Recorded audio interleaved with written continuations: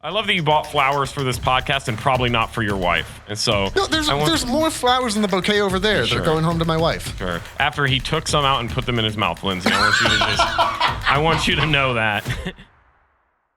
This is the Rivalry Podcast. It's Jace and What up? JP, your garbage-free college football podcast focused on the Ohio State-Michigan rivalry. At RivalPod on social media. And Wheel Route is brought to you by the J Company. Fall in love with your home all over again at the JAEcompany.com. See what we got today. Hey, what time did Ohio State play this weekend? You know what? We're not even going to get. It's nice to wake up as a back-to-back We're Big not even Ten going to get champion. started. Ooh. Wild prediction for 2024. This can be as unhinged as you want it to be. And by the way, if you're not watching on YouTube, you can as well at RivalPod. Wild prediction for 2024. Man. I'm so crazy that I feel like I'm going to say something, but it's really not that unhinged. Okay, no, take a Jim shot. Harbaugh is going to be gone at the end of the year. We're going to do this again. Every year since this man has been coaching Michigan, it's Jim Harbaugh's leaving. When have for the I NFL. ever said that?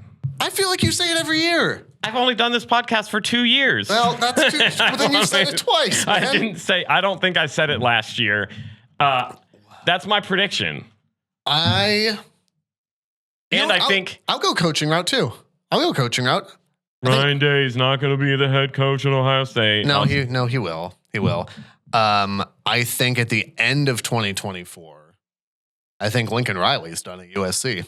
Ooh, at the end of it? At the end of the because I think they're not firing him in the offseason. See, I think this question is specifically like after this season going into 2024. So that's cheating, is what you're saying. Yeah. Well, and Michigan would know all about it. Stop it. So give me something. I still think that's it's probably accurate. I think the wild prediction is going to be, I think you are likely to see. I think Michigan and Ohio State play back-to-back in the game in the Big Ten championship. Ooh, I think they play back-to-back weeks. I can't think of another team coming in, knowing what Oregon's going to lose in Bo Nix, knowing what Washington loses in Michael Penix Jr. I can't think of another team coming in that upsets the balance of power. Now, in the long run, sure, and I think it'll make the conference better. Yeah. But next year, I don't see any reason why Michigan and Ohio State wouldn't play back to back. And I don't disagree with that. I think next year's going to be super interesting because, and we're going to get to this more because transfer portal stuff has been huge, especially this morning. We're recording this on a Monday, and some big news broke that we're going to get to. That actually broke before we got to record this podcast, which is pretty nice. It never happens that way. What happens is when you record on a Monday morning, because you're trying to turn this podcast around as quickly as possible, is stuff happens midweek. And then you go, well, crap. That happened numerous times this season. One of the things is going to be, Ohio State's finding out who's going to play in their bowl game, who's not, looking at Marvin Harrison Jr. That stuff will probably be out as soon as we stop recording 100%. Today. And that's a bummer. News all over. Before we get to that, though, let's talk about the big elephant in the room. Yeah. Quite literally. Because it's Alabama. College football playoff. So college football playoff rankings come out during Selection Sunday, which for us was yesterday. Michigan will play Alabama in the Rose Bowl. Washington will play Texas in the Sugar Bowl in New Orleans. Both of those on January 1st. And the big question was, and I think by the time all the dust settled, you knew Michigan would be number one. Yeah. You almost guaranteed. You knew figured Washington was going to be two. up. There was a lot of consensus that Texas was just about absolutely to be in the playoff and figured would go number 3. The big question, though, was at 4. Where you had a 13-0 Florida State team as a conference champion with a backup quarterback. You also had a 12-1 Alabama that won their conference championship but lost to Texas, and a 12-1 Georgia, who is, I know it's not supposed to be what have you done, it's more what have you done this season, but back-to-back defending national champion Georgia at 12-1. In a close game against Alabama. Whose only loss was to Alabama. What do you do with that? And I think you and I were both a little bit torn on what to do with this scenario. It's not that I'm torn. It's more so that I just feel bad because who do you think should have gone in? I think they got it right. You think Alabama should have been 4? Yeah, sure. Okay. I would say that. Talk to me. I think it just sucks. You feel bad for Florida State because while there is a rule in place for the committee that states that they can take into account significant injuries that could impact the play of the team moving forward, there is a rule that says that in the guidelines for how they can select the Final Four. Do I look at that Florida State team, and I watched the entire game of that Louisville game, do I feel like with their quarterback being hurt and their backups being in, do I feel like they are a top 4 team? I just don't. But do I hate to see a team that works their butt off, that goes undefeated, that people didn't even think were going to win that conference championship game? They thought that would be the one that would knock them out. Yep. They go out there and they still win the game. Louisville's not a bad team. And then they beat Notre Dame this year. And you go out and you still win your champion. You check all the boxes. You do everything in your power to solidify yourself. And to not get that chance sucks. So do I like seeing that? No. But do I think they were a top 4 team with that injury? No. And it stinks to be able to say that, because you'd like to reward them for being like, I forget who it even was that got on there immediately after and said, like, you feel for these kids, because that's what they are. Yeah. You feel for these kids that go out there and they work hard throughout the week and they study film and they go out and they pass every test you're asking them to pass. And you still don't reward that. And it feels like a weird punishment. But I do think on the other end of things, you can't put Georgia in over them because while I think Georgia's still probably a top 4 team, they lost the game that they needed to win. That they lost. When I look at Alabama, I go, who has been playing the best recently? It's probably Alabama. Even that, and I'll give you my spiel here in a minute, but even that I would disagree with. Like, Alabama obviously played a very good game against Georgia, but we're also talking about full body of work. This is the same Alabama team that lost to Texas, same Alabama team. Who's number 3? The same Alabama team that barely scraped past South Florida. Do you remember that early one? 17-7. But it doesn't matter if it's based on early in the year. Why are we playing games in September? Well, and I think that's the bigger question. Is you look at this after the committee selected everybody, and you go, well, why am I scheduling anything? Because you can have a team that goes undefeated, but if one key player gets hurt, and that's my point on Florida State is to go 13-0 to win your conference. The committee says they value wins, they value conference championships, they value all this stuff. Why is Florida State playing the regular season then? To go 13-0 like that. Well, and that's why that rule exists. And if we're not going to count Alabama's loss in September or the way they played in September, then why are we playing games in September? That doesn't make sense to me. It's a weird cycle, and I think it'll obviously change going into next year when you got a 12-team playoff. This is a moot point. And so... But I was looking at that, and there were people putting stuff out where it was like, I almost feel like 12 teams is too much. There are just too many teams. Because there are some teams that I looked at that 12 and I'm teams would have put Liberty in. Yeah, and that is not going to be a game. They're going to play Oregon. I know that's your alma mater. It is. Wouldn't say proud alumni, but yeah, I am an alumni. Does it count if it was online? Not from the same school, but we both got master's degrees online. Yeah, does it count if does it really count if it's online? It doesn't. I didn't think so. No, I didn't think so. Yeah, but here's what throws me off is, and I think my big thing is, why are we playing games if they don't matter? Why are we playing games in September if the losses in September don't matter? Why are we playing 13 games if it doesn't matter? The other thing for me is that if you say, well, it's not most deserving, it's best. Best is extremely subjective. Yeah. Is Florida State best because they won all 13 games? I would say yes. Is Alabama best because they beat Georgia? You could make an argument, yes. Is Georgia the best even though they lost the game? Sure, you could make that argument too. Give me in your mind. It's just very subjective. Don't be biased because you think you'd have the easier route as a Michigan guy, because that is why I want that to be clear, because the video video going around of the Michigan, I don't know if it was all players or fans were allowed. It was the players and coaches watching it, and they all kind of let out like a groan or like a surprising whatever. I loved it. Everybody kind of making fun and saying they're scared. They're not. They were in the same state of shock as everybody else that Florida State didn't get to go. If you have the chance of, and again, I've already said what I think about Florida State. Do I think Alabama is a better football team than Florida State right now? Sure, I do. But I don't think they should have gone. So what you're seeing from the video is Michigan going, I would have really rather played a second or third string quarterback than Jalen Milroe. Although I would also say, last year I thought this exact same thing when you guys played TCU. You're not incorrect. And it's the play. We saw what happened. All you gotta do is get in. But go ahead to your point. So I think for me, I want to hear from you. Who do you think because I think to me both things can be true. I think Florida State deserved to go in. But I think as a fan, would I want to watch Michigan and Florida State? No, I would skip that game because. Well, of course you would. Well, but I'm going to watch the Alabama game because to me they're going to be two competitive teams. If I have to watch Michigan go, I'm fully expecting it to be a blowout win. I just don't think with what Michigan's defense has compared to what Florida State would throw on the table. I don't see a scenario where that's an entertaining game from a fan's point of view. If I was a Michigan fan, all day I want to see Florida State. And again, it's not because Florida State is a bad team. It's because if it would be if Jordan Travis was playing, it would 100%. It would be an easier path. Yes, but again, to your point, I think TCU is a good example of that looked like the easiest path.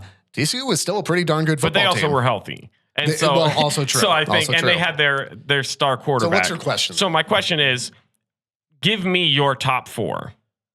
Who I would have put in? Who you would have put in. Easy. Michigan, Washington, Texas, Florida State. I think the committee got everything right except for that last spot.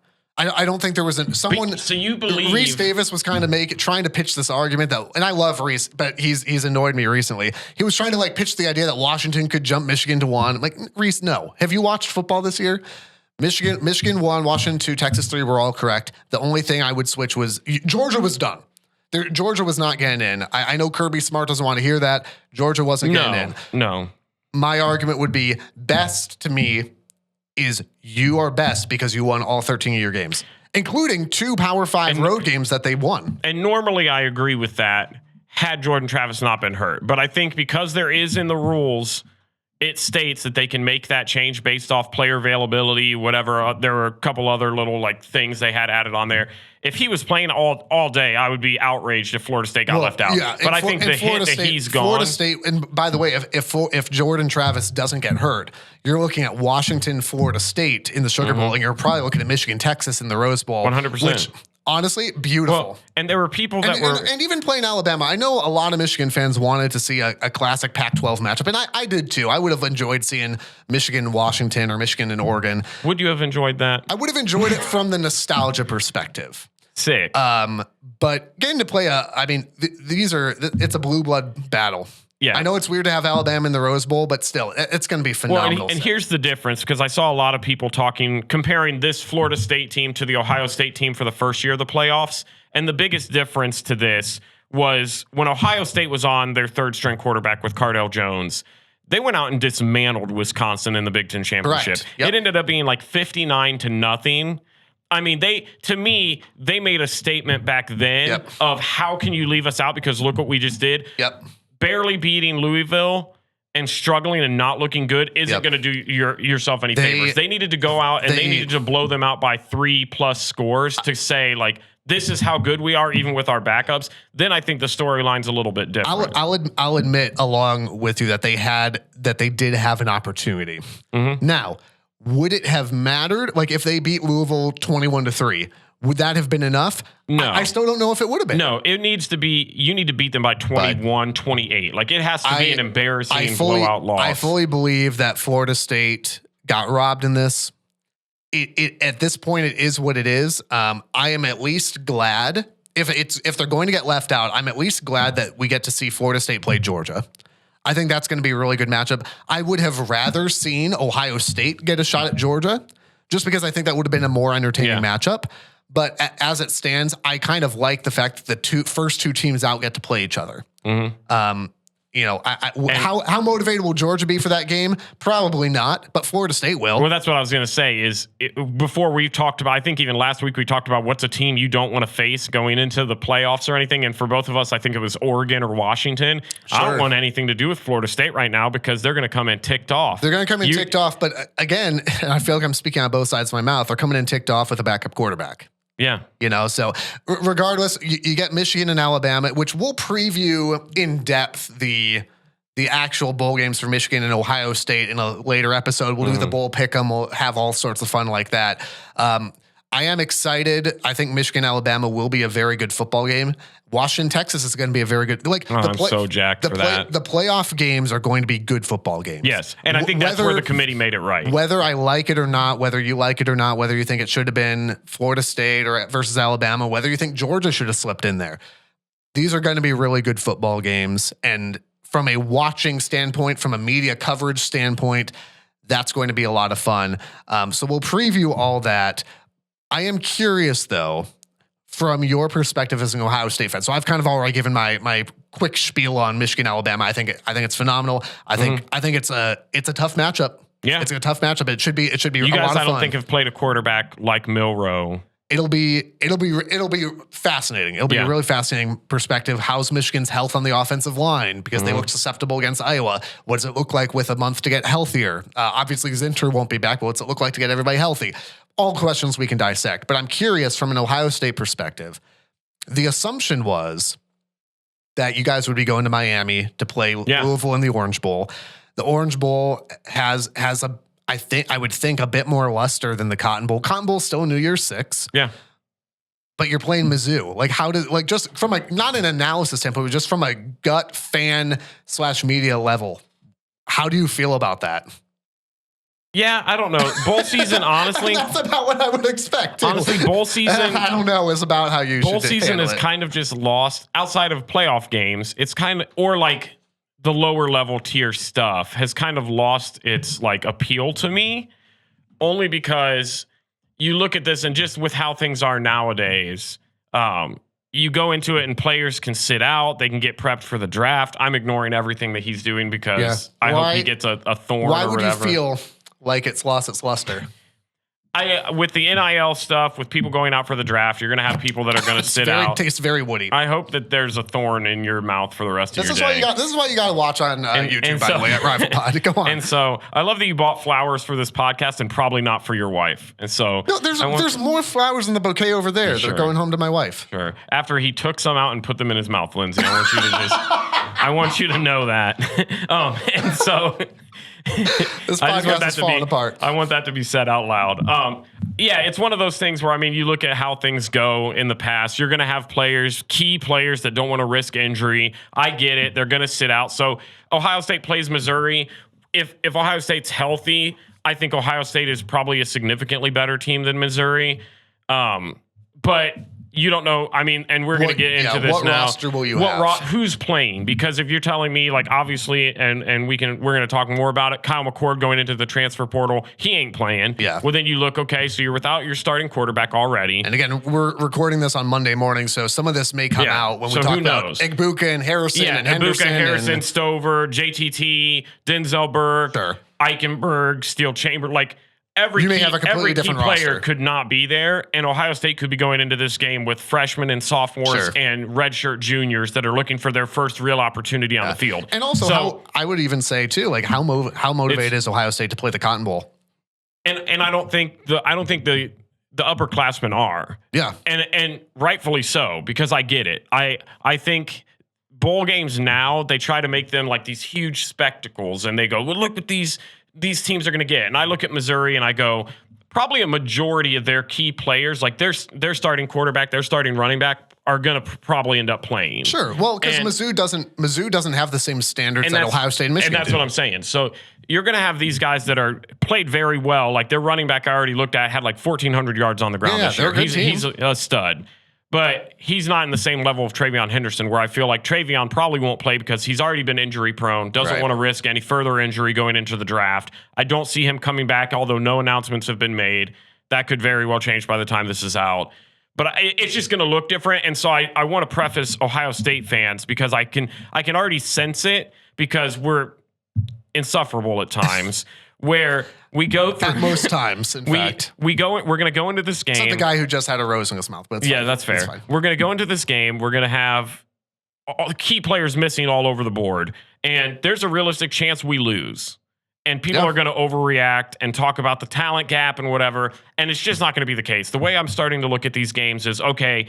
It's more like an exhibition. They're going to take it seriously, but you're going to have Missouri's starters, and you're going to have potentially a Lincoln Kienholz at quarterback with maybe Dallin Hayden you might have some of your younger guys, so you might get to really see maybe Julian Fleming play still because he wants his draft stock to go up, but you're going to have Brandon Ennis. You're going to have Carnell Tate.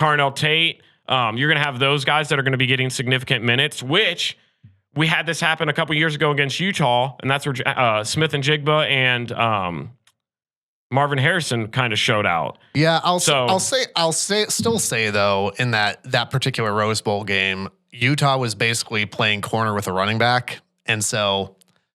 But I'm just saying, Smith and Jigba is a good player, but also let's look at who was trying to cover him. Well, but I'm saying, and they still had CJ. So I mean, you're looking at it a little bit differently. Sure. But that's how the game has changed over the years. I mean, I remember when I was a kid, all the star players still played. The bowl games were a huge deal. Even if you didn't go to the championship game, you still wanted to win your bowl game. Nowadays, they just don't have that appeal. Yeah, they just don't. You know who doesn't get a bowl game? Michigan State. Embarrassing. And there's even something called the Pop-Tarts Bowl, and Michigan State can't even make that. One of my favorite bits of analysis that I did this week is, and it's somewhere in this ballpark, but if the college football playoff would have expanded to 108 teams this year, Michigan State still would not have made the postseason. Oh, it's embarrassing. And I love that. And this also could change, but I'm pretty sure every single quarterback on their roster is in the transfer portal. I know Caton Hauser is. I believe Noah Kim is as well. Noah Kim is, and there was another guy that was out. I think there might be one lone quarterback on that roster Can Kenneth right Walker now. come back and play quarterback too? Kenneth Walker. Kirk Cousins might be there again for his 17th year of eligibility. Before we jump into the transfer portal, if you will, want to say big thanks to our friends at Elevated Integrity Construction. Aaron Carroll and his team sponsoring the podcast again this year. They do phenomenal work. There's no guesswork with them. Integrity is literally in their name. They'll walk you through every step of the process. Whatever your building project is, go with Integrity at elevatedintegrity.com. Also want to say big thanks to our friends at the J Company. Fall in love with your home all over again at the jaecompany.com. On social media at RivalPod, talking Instagram, Twitter /X, whatever we're calling it now, and YouTube as well at RivalPod. One of the things that you'll find at RivalPod when you follow along is some of these games, you kind of get this behind the scenes look. So we had the opportunity to be at the game in Ann Arbor a couple weeks ago. Yep. And we've done a bunch of trips too. I mean, we went to Notre Dame this year. Penn State last year. Went to Penn State last year. Went to Atlanta last year for the semifinal. You were just this past weekend. If you already are following us, you saw this. Yeah. But if not, you should go check it out. You were in Indy this past weekend for the championship game. What a cool experience. Indianapolis was fantastic. I don't know how to explain this, but so the Indiana Convention Center connects to Lucas Oil Stadium, and they have this big thing called Big Ten Championship Fan Fest.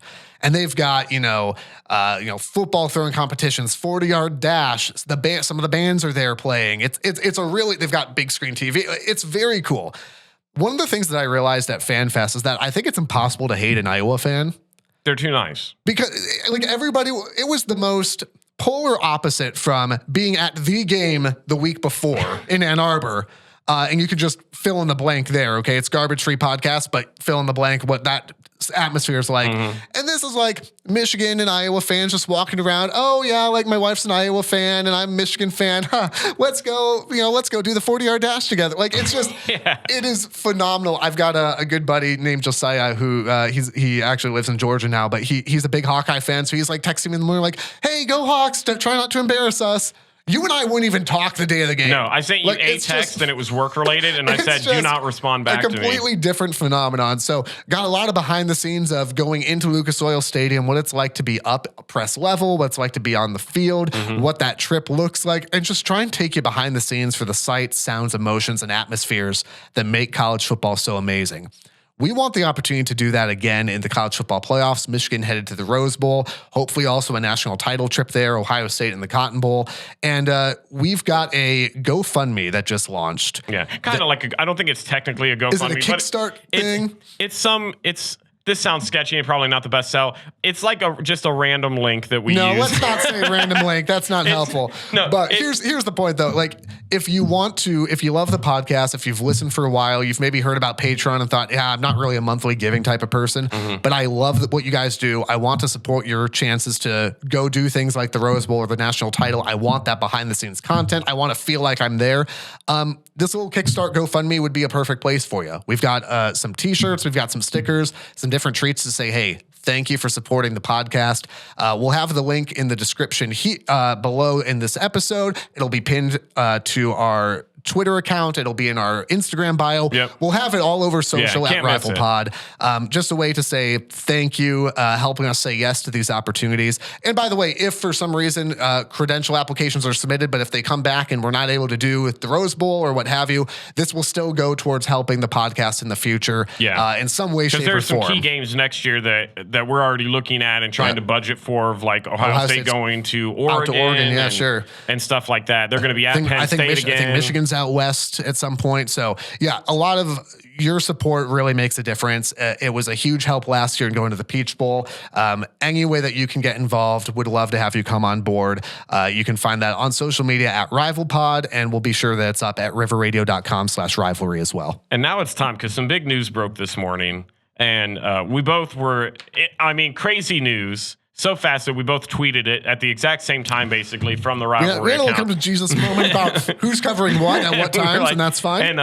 And so if you're not already aware by the time you're seeing this, Kyle McCord has officially entered the transfer portal. Huge news. Honestly, didn't expect it. Yeah, well, it was assumed, and correct me if I'm wrong here as a Michigan guy, but like my assumption was that he was going to go into next season and battle it out with Lincoln Keenholz and Aaron Noland for the starting job, right? So there had been a swirling of rumors that Ohio State was going to look to the portal to add a veteran or at least another quarterback candidate. There were rumors flying around that it would be more from UCLA. You heard Cam Ward from Washington State.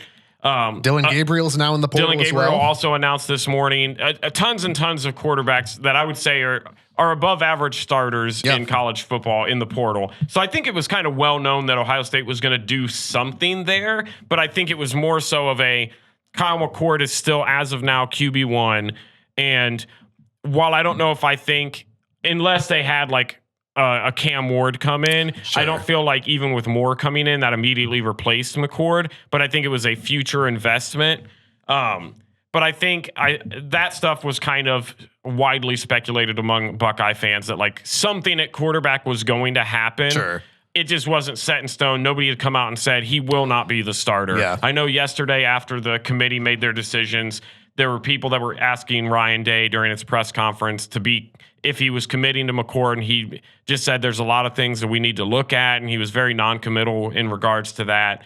And then obviously this morning on Monday, before we come out to record, Kyle McCord enters the transfer portal.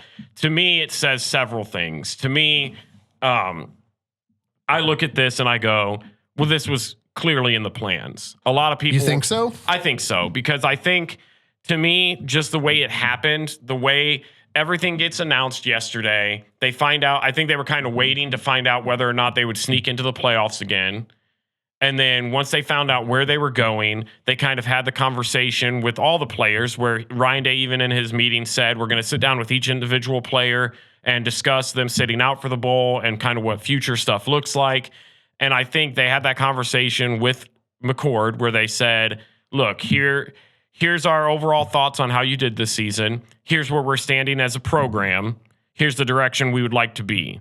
And I think they said the level he was at was good, but not where they needed it to be. And I think they had a real honest conversation with him and said, we're going to look at all opportunities to grow this. Do you think it was a Cade McNamara, I'm scared of the quarterback battle type thing? I don't know if it was. And again, this is all speculation at this point. It's still very early. I don't know if I place them in the same category, but the situation is similar. Because Cade's won a Big Ten title? No, because Cade is a giant baby. And I don't think I told you this. I walked past Cade McNamara in the bowels of Lucas Oil. Wow. That's it. That's my story. That's where he belongs. I didn't say... I think they left him there. They should have. You know what? Because he was looking for the bus, and anyway, go on. I just think it's different. The attitude is different. I think McNamara, and maybe this could change because Kyle McCord's obviously not spoken to anybody or said anything to the media. And I think what makes me think that it's different is McNamara came across very butthurt over all of the stuff. Yeah. And we just haven't heard any comments from McCord. So I'll be curious when he actually has any media availability. Once he commits to a new team, they're obviously going to want to ask him about his decision. Sure, yeah. And that maybe my opinion will change then. Yeah. But to me, it's similar in the same sense that I feel, and I would stand on this hill. I feel like Kyle McCord did enough this year that I feel comfortable with him being a starter next year. Do I think? Man, I don't know. I think so. Again, I'm trying to put myself in your position. I feel like I would. I don't know that I would say that he wouldn't be the starter, but I would definitely want to see a quarterback battle. It depends. Here's where I ultimately stand. If we got a guy, you know the ceiling for Kyle. If we get a guy, I don't know if we do. I don't know if we do. I think if we go into the season, I think we've seen the ceiling, especially with guys like Stover and Igbuka and Harrison Jr. leaving. I think you've seen the ceiling for Kyle. I don't know. It's tough to say because it was his first full year, and I feel like even if you looked at JJ and you saw from year one when he was a full-time starter to now, there was still a difference. And so I'm not a huge fan on giving up on a guy after 1 full year when his 1 full year was still productive and I saw glimpses. So while I would state that there's obvious struggles, there were things that I would like for him to have cleaned up. I saw Devin Brown play football and it was gross. And I don't think Devin Brown is part of the conversation. So here's where I stand. If you get a transfer like a Moore or you get a guy like Cam Ward, then obviously there's going to be a quarterback battle. I'm fine with it. But if our quarterback room stayed the same, we bring in Aaron Nolan next year, I'm comfortable with McCord being QB1. And I think a lot of Ohio State's issues are just he's the easy scapegoat. I don't think a lot, and I'm not saying Kyle McCord was blameless in the Michigan loss, but he is not the sole reason they lost that game. There are other factors to it. I would agree with that. There are other factors to it. He is the easy scapegoat. And I don't like that narrative. And I'm not going to sit here and defend him and say there was quarterback play issues. There was offensive line issues. There was coaching issues. Wide receiver drops. There's coaching stuff. There's a variety of things. At some point, you also have to give credit to Michigan too. I have in the past. No, you have. But I'm not ever going to sit there and blame one guy, and I'm not going to sit here and also defend him and make it seem like he was the greatest quarterback to ever wear scarlet and gray. But to sit here and make it seem like he was so bad that he doesn't deserve to be the starter, I don't agree with. I don't think that would be fair. I think 100% if he goes into next season as a starter, I still feel like with the talent we have around us, I still think Dallin Hayden's going to be a stud. I still think our freshman wide receivers are going to be good.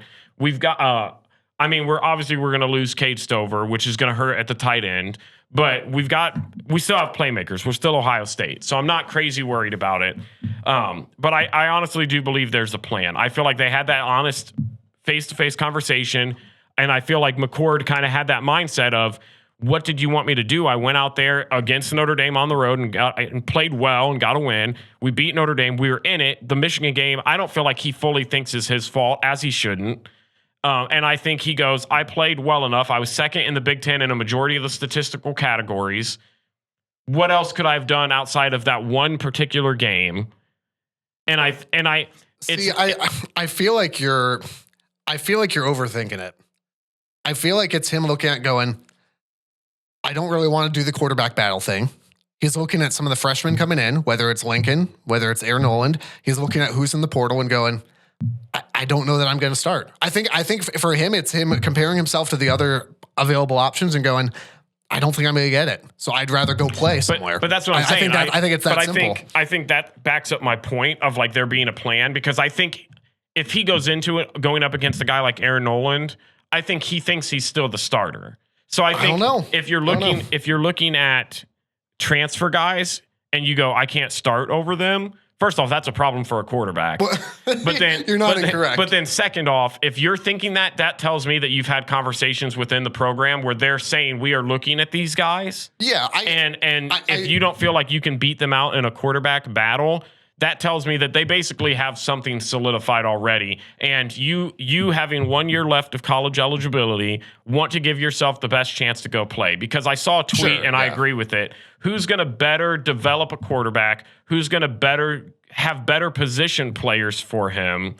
He's not going to go start at another school that's going to be comparable to Ohio State. No. So he's downgrading wherever he goes. He's going because he wants to play somewhere. Sure.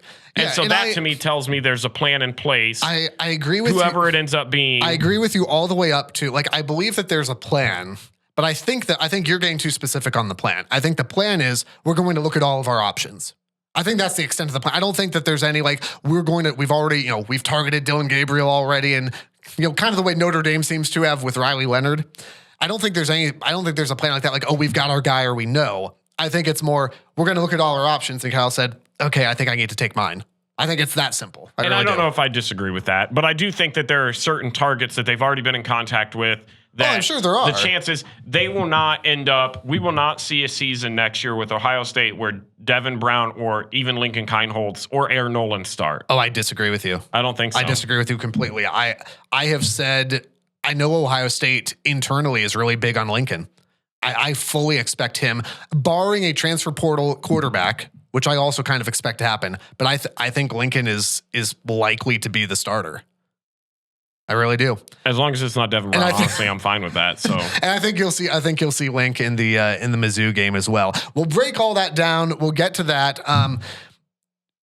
Do you feel like, and this is my last question for you, do you feel like from the bull rep perspective that they looked at how soft Ohio State was and felt they'd be a good fit for the Cotton Bowl? I know what you're going to say. The joke's not even good. The joke isn't even good. Thanks for subscribing at Rival Pod. Consider becoming a Kickstart member if you want more content like this. Oh, boy. This man. The Rivalry is a production of River Radio Ministries. Want live updates from the show? Follow us on Twitter, Instagram, and YouTube at Rival Pod. Visit our Patreon and consider becoming a patron for exclusive bonus content, merch, and more. And be sure to follow us wherever you're listening now for new episodes every Tuesday. And if you like what you're hearing, tell a friend so they can listen too.